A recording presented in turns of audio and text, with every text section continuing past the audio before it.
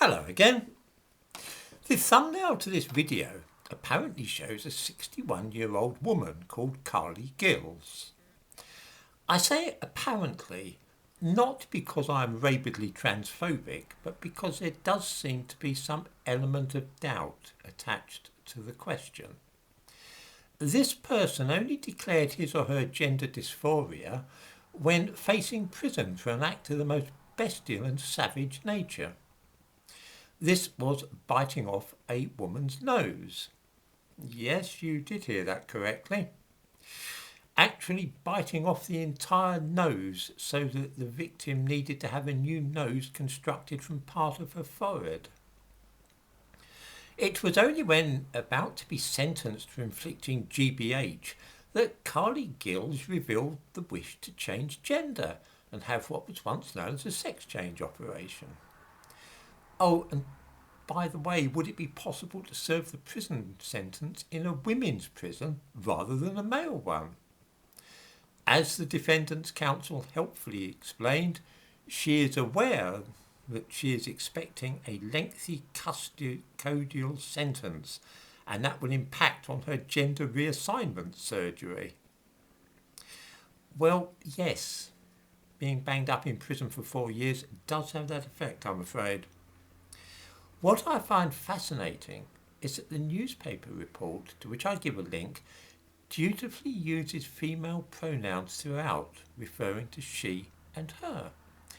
This individual doesn't have any gender recognition certificate, has taken no steps towards changing gender, and the whole matter only came to light when prison appeared inevitable.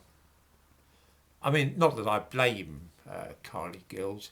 A lot of people, when they're facing prison, try and say something to mitigate the severity of the sentence they're about to receive.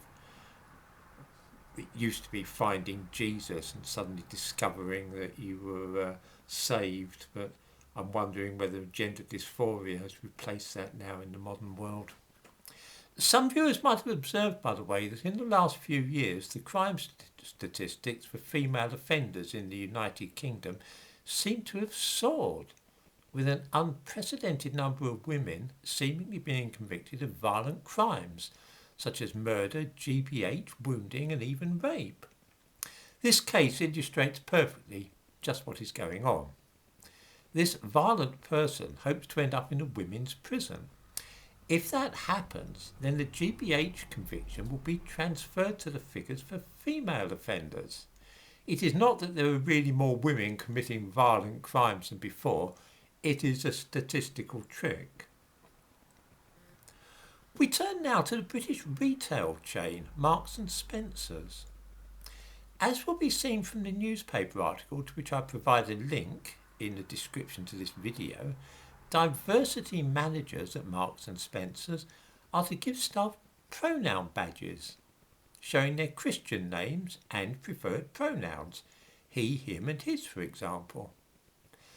Nothing could more clearly show the huge gulf between what ordinary people want from shops and what shops feel that we should want.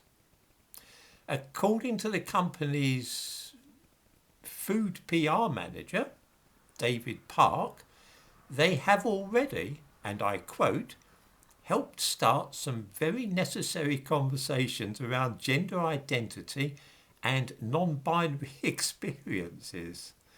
Okay, once again, at risk of coming across as transphobic, I feel bound to say that I do not visit Marks and Spencer's because I feel the need to have conversations about gender identity and non-binary experiences. I go there to buy food or clothes. I honestly couldn't care less about the gender of the staff who serve me, and I certainly have no intention of addressing any of them by their Christian names. These people are not my intimate friends. Why would I start using their Christian names? Nor can I recall ever having had occasion to refer to a member of staff at Marks and Spencer's by gendered pronouns. How many shoppers have ever had to talk about staff by saying he or him? Let's face it, we usually just speak to them directly, not discuss them with a third party.